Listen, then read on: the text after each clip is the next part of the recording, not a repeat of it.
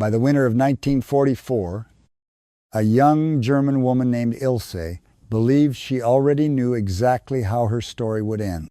She had been told again and again that capture by the Americans meant humiliation and worse, so when their soldiers finally took her, she braced herself, waiting for the first blow to land. It never came. There was only silence and a shouted order in a language she barely understood. What happened to her in the weeks that followed was not something the propaganda had ever prepared her for. It was not cruelty. It was not revenge. It was something stranger, something quieter, something that would follow her long after the guns fell silent. This is the story of ordinary German women who surrendered expecting the end of the world and who instead found a wooden bench, a faute blanche, and a truth that almost no one back home would have believed. It begins with pain, not the pain they had feared, a smaller pain, the kind that comes when you finally, at last, sit down. The end did not arrive all at once. For a girl like Ilse, it came the way winter itself came to the north of Germany. Slowly, at first, and then all at once, and then completely. She was 19 years old in the winter of 1944, though she felt far older than that. 2 years earlier, she had been an ordinary schoolgirl in a small town, worried about ordinary things.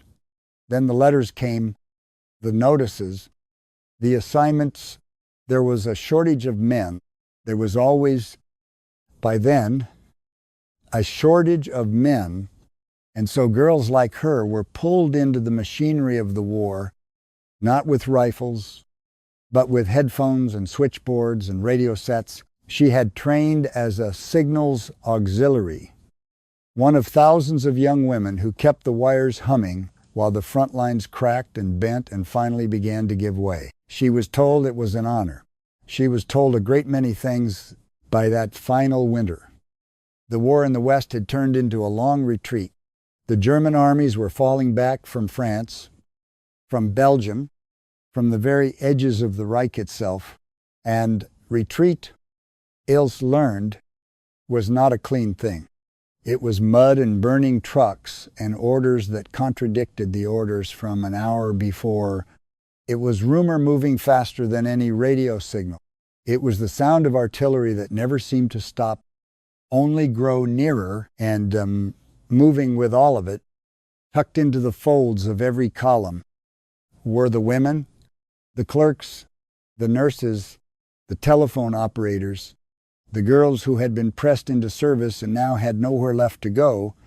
The state that had summoned them had made no serious plan for what to do with them when everything fell apart. So they simply moved and waited and feared. The fear had a shape, and it had a name, and the name was not America. The thing Ilse and the others had been taught to dread above all was the army coming from the east, the Russians. Every whispered story, every warning from an officer, every rumor passed hand to hand in the dark spoke of what would happen if the Eastern Front reached them first.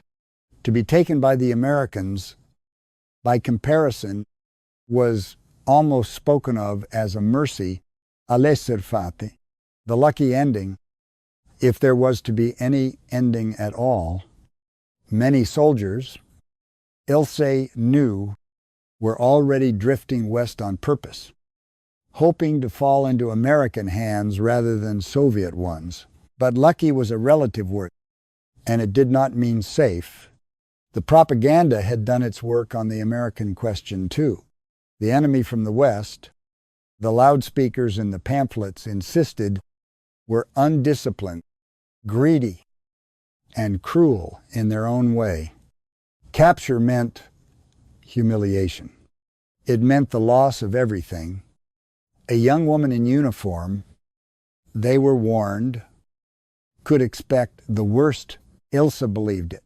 Why would she not? It was all she had ever been told. There was an older woman with them in those last chaotic weeks, a hard-faced auxiliary named Gerda, past 40, who had served longer and believed more deeply, Gerda did not whisper her fears the way the young ones did. She stated them flatly, like facts of nature. Stay together. She told the girls, trust nothing the enemy offers you. Kindness from them is a trap, a way to make you soft, a way to make you talk. Better to expect the whip than to be surprised by it. Ilse listened. Everyone listened to Gerda. She had a way of making the propaganda sound, not like propaganda, but like the plain wisdom of someone who had simply lived longer and seen more. When the capture finally came, it came without drama, which was somehow worse. It was a gray morning near the end of the year. The column had stopped in a shattered village, and there had been talk of pushing on, and then there had been no more talk. Only the appearance of soldiers where German soldiers should have been American soldiers. Ilse remembered how young many of them looked. Boys, really no older than she was, with rifles held not quite steady and eyes that darted from face to face. Some of them looked almost as frightened as she felt. She waited for the shouting. They were shouting, but it was in English, and it was not the shouting of men about to do harm. It was the shouting of men trying to sort out a mess far larger than they were. Hands up, this way, move, move. She waited for the first blow. She had rehearsed it in her mind 100 times. How she would hold herself, how she would try not to cry out. But the blow did not come. No one struck her. No one grabbed at her. A young soldier simply gestured with the barrel of his rifle, pointing the way he wanted her to walk, and looked away almost as soon as their eyes met, as if he too were embarrassed by the whole thing. The silence afterward was the strangest part. She had expected screaming and revenge, and the sudden violence she had been promised.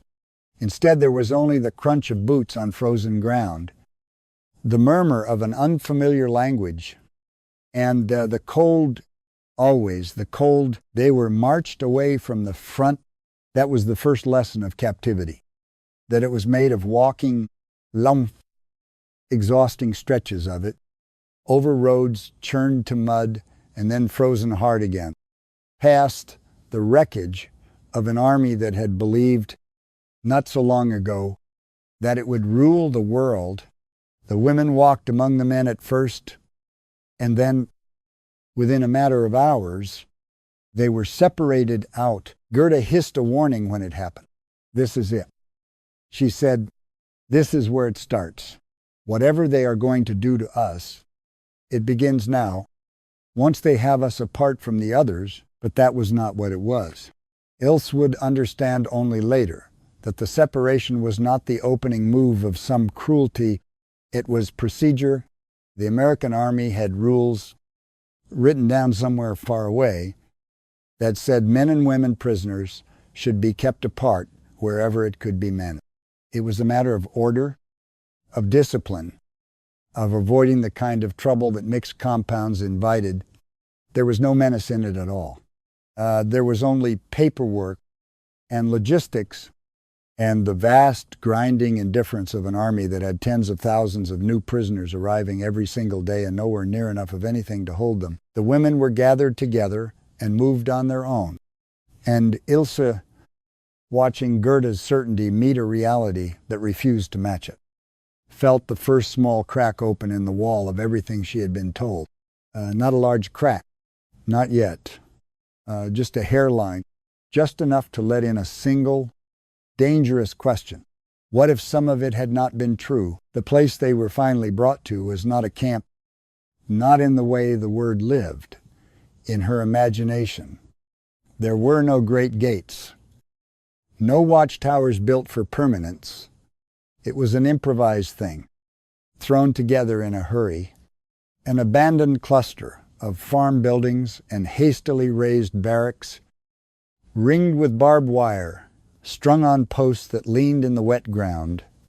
Engineer units had knocked the shelters together from raw lumber, and it showed everything smelled of cut pine and cold earth and too many exhausted people in too little space. They were counted again. Somewhere an officer with a clipboard was turning them into numbers on a page, and the numbers mattered more than the faces. Food, they quickly learned, was short. Shelter was worse. The winter had come early and hard, and the ground was iron beneath a skin of mud, and there was never quite enough of anything to go around, whatever else American captivity was going to be. It was not going to be comfortable. Ilse found herself herded with the others into one of the long wooden barracks. It was bare inside, a plank floor, rough benches along the walls, unfinished wood, nailed to simple frames, no cushions, no backs to lean against, nothing soft anywhere. After days of marching and cold and hunger, after nights spent half awake and fully afraid, the room offered only hard edges and thin air, but there were walls, there was a roof, and there was, at last, permission to stop moving. An order came, half in broken German, half in gesture. Sit, rest. The women looked at one another, then slowly they lowered themselves onto the benches, and Ilse, sinking down onto the raw wood with her whole body aching for relief, felt something she had not expected at all. She had feared the guards. She had feared the future. She had feared the 1,000 cruelties Gerda had promised were coming. She had not thought, not even once, to fear the simple act of sitting down, but her body had been pushed past the point where rest brought comfort. The plank was hard beneath her. The cold rose up through the floor and into her bones, and the relief she had ached for lasted only a moment before it curdled into something else entirely. It began quietly. Spain, she shifted. She could not find a way to sit that did not hurt. The rough grain of the plank bit into her through the thin fabric of her service skirt, and every small movement sent a sharp ache down through her hips and into the base of her spine. Around her, other women were doing the same, easing themselves down and then flinching, drawing a breath through their teeth, rising and then sinking again. Unable to settle, Gerda sat rigid and silent, refusing to show any weakness at all. Her jaw set against the ache, and in that bare freezing room, filled with the enemy's prisoners, waiting for the worst, the first real drama of their captivity turned out not to be a beating or a threat or any of the horrors they had been promised. It turned out to be a wooden bench, and what one of them would finally dare to say about it. For a long while, no one said anything. That was the German way of it. The way they had all been trained, whether they knew it or not. You endured. You did not complain. Complaint was weakness, and weakness was punished. And so you swallowed the pain and kept your face still and waited for it to pass. But the pain did not pass. It grew, and exhaustion has a way of stripping the training out of a person one thread at a time. It was one of the younger girls who broke first, and she did not break with a scream or a sob. She broke with a small, tired laugh. It slipped out of her before she could stop it. The helpless kind of laughter that comes when a body is too worn down to keep pretending. She had shifted for the 10th time, trying to find a position that did not hurt, and there was none. And the sheer absurdity of it, surviving the collapse of an empire only to be defeated by a plank of wood, was suddenly too much. She laughed. And then, because exhaustion is contagious, the way fear is contagious, one or two of the others laughed with her. And then someone said it out loud in German, without thinking, the way you speak when you have forgotten for a moment that the enemy is listening. Sitzen tut weh. Sitting hurts. The words hung in the cold air of the barracks, and for a heartbeat, Ilse felt the old dread rush back. They had complained in front of the guards. They had complained. Gerda's warnings screamed in her memory. In the world they came from, a prisoner who complained invited punishment. Discomfort was not a thing you were permitted to have an opinion about. To say that something hurt was to hand your captor a reason. The Americans by the door did not understand the words. That much was plain. They were young men, most of them replacements and rear area troops and military policemen, and their German ran to a handful of bark commands and nothing more. But one of them had seen the shifting, the grimacing, the strange, restless dance of women who could neither sit nor stand in comfort. He tilted his head.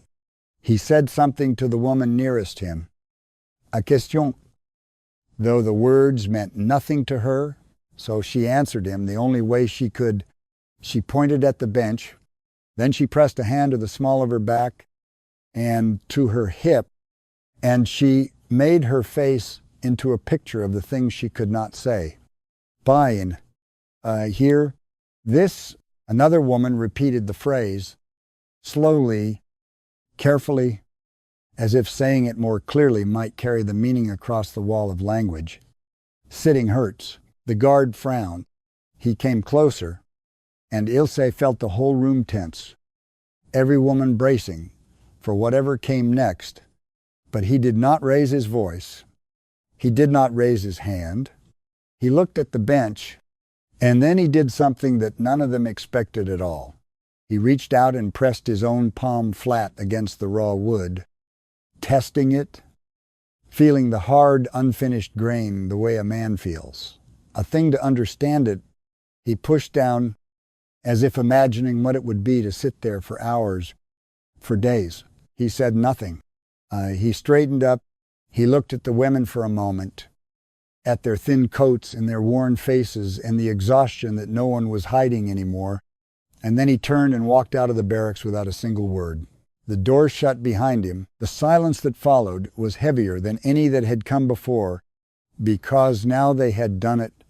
They had complained, and the guard had gone, and in the logic of everything they had ever been taught, that meant one thing. He had gone to report them. He had gone to fetch someone. Punishment was coming, and they had brought it on themselves over something as foolish as a bench. Gerda's voice cut through the dark, low and bitter and certain. You see, she said, you see what your complaining brings. Now they know they can frighten us. Now it begins. She wrapped her arms around herself and stared at the door as if she could already see what would come through it. Ilse said nothing. She sat with her heart pounding and her body aching and her mind turning over the image she could not make sense of. The guard pressing his hand to the wood, testing it, feeling for himself the thing they had complained of, that was not the gesture of a man gathering evidence against them. It was something else. She did not have a name for it yet. An hour passed, perhaps more. Time moved strangely in that place, stretched thin by cold and hunger and dread. Then the door opened again. The guard came back, but he was not alone, and he was not empty-handed. Two other soldiers came with him, and all three of them were carrying something. For one terrible instant, Ilse's mind filled in the worst, the way a frightened mind does, and then she saw what it actually was, and the worst dissolved into pure confusion. Blankets. They were carrying blankets, not the women's own blankets, confiscated and thrown back at them as a taunt. These were the enemy's own army issue, a coarse olive drab wool, rough to the touch but clean, smelling faintly of soap and canvas instead of smoke and mud. The soldiers moved down the length of the barracks without ceremony, folding the blankets and laying them over the benches, one section at a time, patting the raw wood. In some places they did more. Someone had gone out into the cold and pulled straw from a nearby farm, and they packed it underneath building a rough cushion where there had been only plank.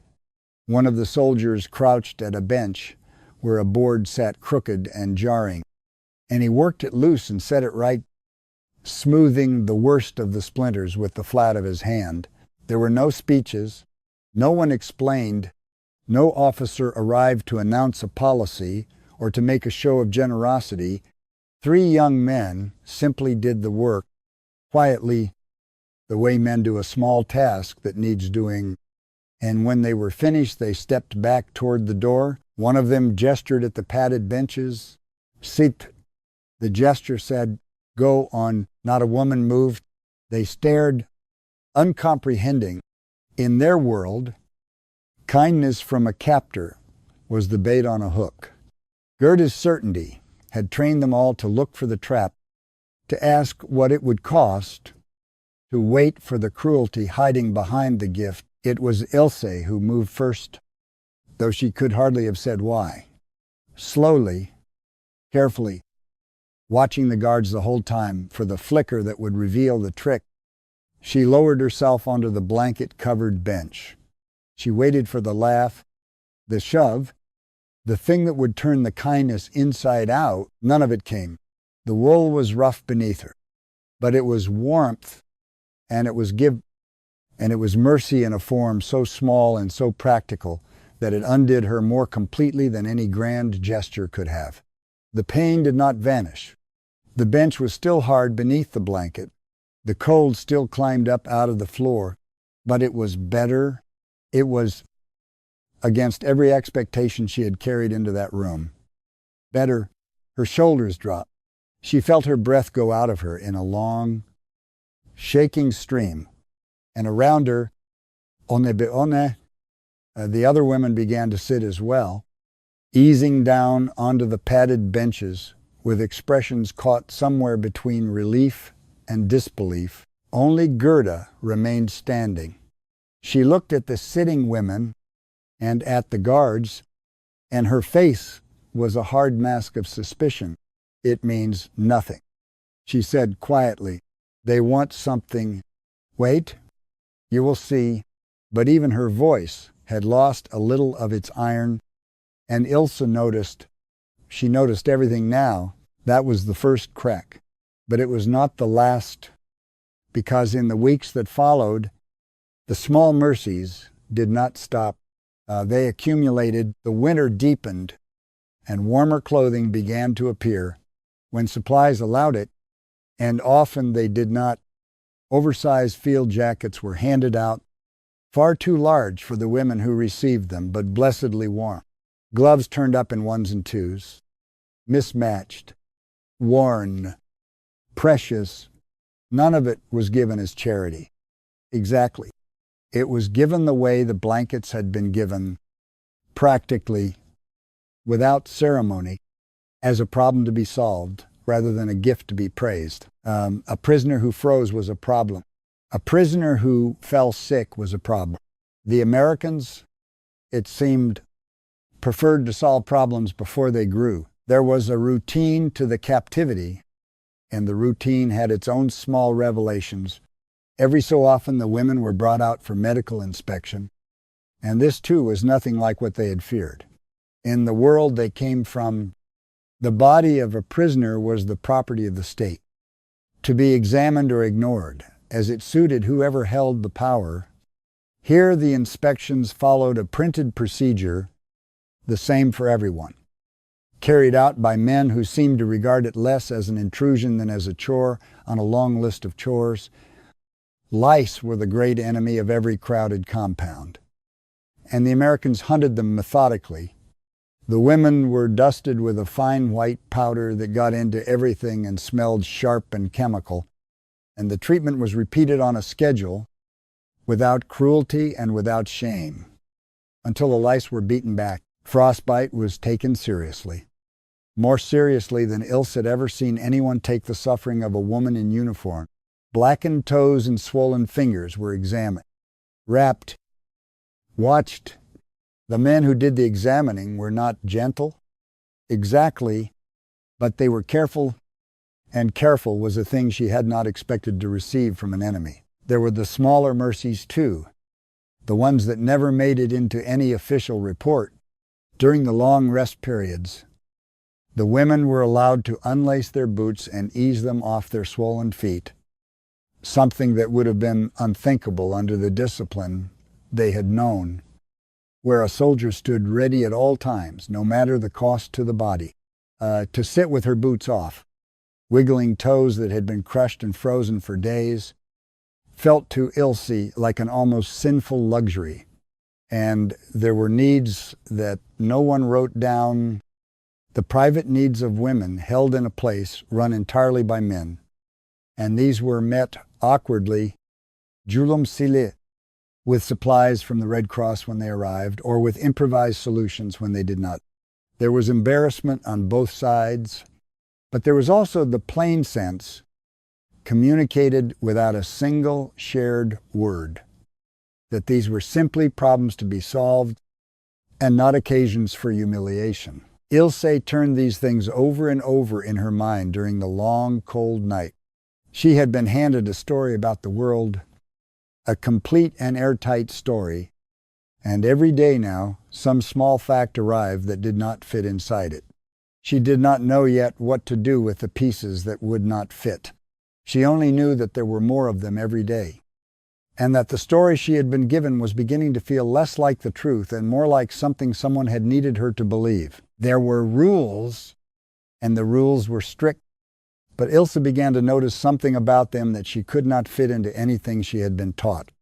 The rules were consistent. When a woman broke one, a consequence followed, but it was a predictable consequence. The same one each time, applied the same way. There were no beatings that came out of nowhere. There was no collective punishment, no whole barracks made to suffer for the sin of one. In the world Ilse came from, authority had always carried a current of fear in it, the sense that at any moment, for any reason or no reason, the blow might fall. Here, for the first time in her life, she was living under an authority that did not run on terror. It ran on procedure, and procedure, she discovered, was a strange and steadying thing to live inside. The guards did not shout unless shouting was needed. Orders came clearly, and then they were done. The men were tired and bored and far from home, and some were kinder than others, and a few were sullen, but not one of them behaved like the monster the pamphlets had promised. They were just men. That, more than anything, was the thing Ilse could not get over. They were just men, doing a job, following rules written down somewhere by people who had decided, for reasons of their own, that even an enemy prisoner was owed a certain floor of decency below which one did not sink. It was not comfort. She wanted to be clear about that. Later, when she tried to explain it to people who had not been there, it was never comfort. The food was thin, canned rations and watery soup and bread when there was bread, and hunger was the constant background hum of every day. There was no news from home. She did not know if her mother was alive, if her town still stood, if there would be anything left to go back to. The war still muttered on the horizon, and the cold never truly left the barracks. Captivity was hard. It was only that it was not cruel, and the difference between hard and cruel turned out to be the difference between two entirely separate worlds. She thought often of her mother in those hours before sleep. She built her home in her mind, room by room, the smell of the kitchen, the particular creak of the third stair, and then she made herself stop, because to picture it too clearly was to wonder whether it still stood at all, and that was a door she could not afford to open. The other women had their own silences, their own faces. They were trying not to imagine as rubble. No one spoke of home much. It cost too much. Instead, they spoke of the small things. The bread that had been slightly less thin today The guard who had nodded at them, almost like human beings. The woman 2 benches down, whose cough was finally easing. Survival. Ilse was learning, narrowed a person down to the smallest possible unit of hope. And the astonishing thing, the thing she could not have explained to anyone back home, was that the men who held them prisoners seemed, in their own gruff and indifferent way, to understand that they did not hand out hope, but they did not stamp it out either. They simply left enough room for it to keep breathing. Then came the night that broke something open in all of them. One of the women had been failing for days. She was older, thin to begin with, and the march and the cold had hollowed her out. A fever took hold of her, and it climbed, and by the second night she was shaking on her bench, her skin gray, her breath coming shallow and fast. Her feet had gone bad from the frost, the toes darkening in a way that even the youngest girls recognized as dangerous. The women gathered around her, helpless, and in their helplessness, the old certainty returned heavier than ever. This, they believed, was where the truth would finally show itself. A sick prisoner was a useless prisoner. In the world, they knew the sick were left to fail. Or worse, there was no reason on earth to spend medicine, effort, or care on an enemy woman who was likely to die anyway. Gerda said as much, though even she said it quietly now. Watching the sick woman shake, "They will let her go," she murmured. "Watch, you will see who they really are." Ilse went to the door. She had never dared approach the guards on her own, but something drove her to it now. She caught the eye of the young soldier standing his post, and she pointed back at the shaking woman, and she pressed her hands together, and she said the only English word she had managed to learn, "Please, please." The guard looked past her at the woman on the bench. His face changed. He did not shrug. He did not turn away. He called out to someone in the dark beyond the wire. Sharp and urgent, and within minutes there were boots on the frozen ground and a lamp swinging and a man with a medical bag pushing his way into the barracks. He was army, and he was brusque, and he did not waste a word on tenderness. But he knelt beside the sick woman as if she were any patient anywhere, and he checked her fever and her breathing and her ruined feet. He gave orders in a low, fast voice. Medicine appeared. The frostbitten feet were tended with a seriousness that no one in that room had expected to see spent on any of them, let alone on a dying enemy in a barracks in the middle of a war. He stayed until the worst of it had passed. And when he finally rose to go, he said something short to the guard. And the guard nodded. And then the medic was gone as quickly as he had come. The woman lived. In the days that followed, she came slowly back to herself, and the color returned to her face. And one morning, she was able to sit up on her own and take a little broth, and the whole barracks watched her do it as though they were witnessing something holy. The woman lived. That was the thing Ilse could never quite get past. The woman lived because men who owed her nothing, whose own brothers and fathers were perhaps at that very moment being killed by the army she had served, had decided that letting her die was not something they were willing to do. In the quiet after, Ilse looked across the barracks at Gerda, and Gerda would not meet her eyes. The older woman sat with her jaw still set, still refusing to say the words, but something behind her face had cracked at last. Some load-bearing beam of belief that had held up her whole understanding of the world. She had promised them the enemy would show his true face, and the enemy had shown it, and it was not the face she had sworn it would be. The distance between them opened after that. Ilse felt the whole careful structure of her old certainties coming apart in her hands, plunk by plunk. The way the guards had loosened and reset the crooked boards of the benches, and Gerda clung harder to what was left of hers. growing quieter, more isolated, a woman defending a fortress that no longer had any walls. The other women drifted toward Ilse, toward the dangerous new way of seeing, and away from the older woman and her hard, failing certainties. There were still weeks of captivity ahead. There was still hunger and cold and the long ache of not knowing, but something had turned in that barracks, something that had nothing to do with the war being won or lost. The women had come in expecting the end of the world, and the world, against all the promises made to them, had refused to end in the way they had been told it would. They had complained about a bench, and instead of a whip, they had been handed a blanket that Ilse would come to understand had changed everything, though it would take her the rest of the war, and long after, to find the words for what exactly it had changed. As the winter wore into the early months of 1945, the American army pushed deeper into Germany, and the war that had once thundered on the horizon began to move toward its end. The number of women in the compounds grew. Some of the camps became more settled, more permanent. Others were only way stations, holding places before the prisoners were moved on to larger facilities further back.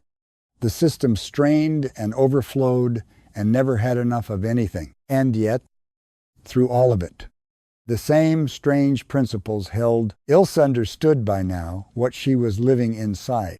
It was not the kindness of individual men. Though some of them were kind, it was something larger and colder and, in its own way, more reassuring than kindness. It was a set of rules written down far away by people she would never meet, that said even an enemy prisoner was owed food and shelter and medical care and a floor of dignity below which one was not permitted to fall. The men who guarded her did not always like those rules, but they followed them because they were watched, because officers were held to account, because abuse was a thing that could be investigated and punished rather than a thing that was simply expected. She had come from a world where power answered to no one. Now she lived as a prisoner inside a world where even power had a master. And the master was the rule. The confrontation with Gerda came near the end, and it came quietly, the way the most important things between people usually do. They were sitting together one evening, the two of them, on the padded benches that had started it all, and Ilse, who had spent weeks watching the old certainties fall away one by one, finally said what she had been thinking for a long time. They are not what we were told. She said, none of it was what we were told. You saw it too. You saw the medic. You saw the blankets. Why can you not say it? Gerda was silent for a long while. When she spoke, her voice had none of its old iron. Because if they are not what we were told, she said slowly, then what does that make us? What does it make everything we did, everything we believe? If the enemy is human, Ilse, then we have to ask what we were, and there it was. The thing beneath the thing. Ilse understood then that Gerda's hardness had never really been about the Americans at all. It had been a wall built to keep out a question too terrible to face. If the men who held them were not monsters, then the monstrousness had to live somewhere else. And there were only so many places left for it to live. Gerda could not afford to see the enemy clearly, because to see the enemy clearly was to be forced, at last, to see herself. Ilse had no answer for her. There was no answer that did not cost everything. The two women sat in silence as the light failed, divided now by the very thing that had once united them, the propaganda that one of them had finally set down and the other could not let go. Ilse never forgot that conversation. In the years that came after, she thought of it often, and she came to believe that it had marked the exact place where her path and Gerda's split apart They had entered the barracks as the same kind of woman, shaped by the same fear, armored in the same borrowed certainties, and they had walked out of it as two entirely different people. One had let the wall come down and had chosen, at whatever cost, to see the world as it actually was. The other had chosen the wall because the wall, however cold, was the only thing standing between her and a reckoning she could not survive. Ilse never learned what became of Gerda in the end, but she suspected, in the quiet way one suspects a hard truth, that the older woman had carried her fortress with her to the grave, defending to the last a story that had long since turned to ash in her hands. The war ended not long after. For the women in the compounds, the end came not as a thunderclap, but as a slow easing, a gradual loosening of the machinery that had held them in time. Most of them were released back into a ruined country to begin the long work of rebuilding lives out of rubble. Some of them thrived, some of them never recovered. Some of them never spoke of their captivity again, not to their husband, not to their children, not to anyone, folding it away into the deep silence where the whole generation had learned to keep the things it could not bear to examine. But the memory did not leave them, even when the words did. And decades later, when historians and the curious finally came asking, when the letters in the diaries were opened and the old women were at last willing to talk, the same sentence surfaced again and again from women who had never met one another, who had been held in different places by different men in different months of that final terrible winter. Sometimes they said it plainly, sometimes they only circled it, but it was always, in the end, the same. We thought it would be worse. That was the whole of it. That was what remained when the propaganda had rotted away and the fear had faded and the years had worn everything else smooth. Not the hunger. Though they remembered the hunger, not the cold. Though they remembered the cold, what remained was the astonishment of a promise that had failed to come true. They had been told the enemy would show them the worst that human beings could do, and the enemy, instead, had shown them a blanket and a repaired bench and a doctor kneeling in the dark beside a dying woman who meant nothing to him. For some of them, the memory carried a weight they could never quite put down. It was the weight of guilt, and it was a strange and complicated guilt, the kind that does not fit neatly into any category. They had been treated with decency by the very people their nation had marked as the enemy at the very moment when the full scale of what that nation had done was being uncovered for all the world to see. To have received mercy while serving a cause that had shown so little of it to others was a thing that sat uneasily in the heart and never fully settled. A few spoke of that guilt openly. Others carried it in silence to the end of their days. It was easier, Ilse found, to have been treated cruelly. Cruelty confirmed the story one already believed and left the conscience undisturbed. It was the kindness that undid a person. The kindness demanded something in return, not from the giver, but from the one who received it. It demanded that she look honestly at what she had been part of and measure it against the decency she had been shown and live for the rest of her life in the gap between the two. That was the true weight of the blanket, not the wool, but everything the wool forced her to understand about herself and about the cause she had served and about how far a nation could fall while still insisting to the very end that it was the wronged and righteous one, and for others still there was something quieter, a feeling they hardly dared to name, because in the Germany that came after, gratitude toward the enemy was a dangerous and lonely thing to admit. But they felt it anyway. Gratitude that they had lived. Gratitude that in the worst hour of their lives, when they had braced for the end of everything, The world had turned out to contain more mercy than they had been promised. Ilse lived a long life. She married and raised children and grew old in a Germany that had rebuilt itself into something her 19-year-old self could never have imagined. She rarely spoke of the war, but once, late in her life, she was asked about her time as a prisoner and about what she remembered most. And she did not speak of the fear or the hunger or the cold. She spoke of the bench. She spoke of the day she had sat down, expecting nothing but pain, and had said so out loud, and had waited for the punishment that everything in her life had taught her to expect, and of how, instead of a punishment, a young man she never saw again had walked out into the cold and come back with a blanket, and had laid it down over the raw wood without a word, and had gestured for her to sit in the vast machinery of that war. It was nothing. No battle turned on a padded bench. No campaign was decided because a guard chose to listen instead of look away. History does not pause for such things, and the great accounts of those years do not mention them at all. And yet for the women who lived it, everything turned in that small moment. The enemy became human. Authority became something other than terror. And the world revealed itself to be a place that did not behave the way they had been so carefully, so relentlessly taught to believe it would. Sometimes history is shaped not by what happens, but by what does not. No punishment followed the complaint.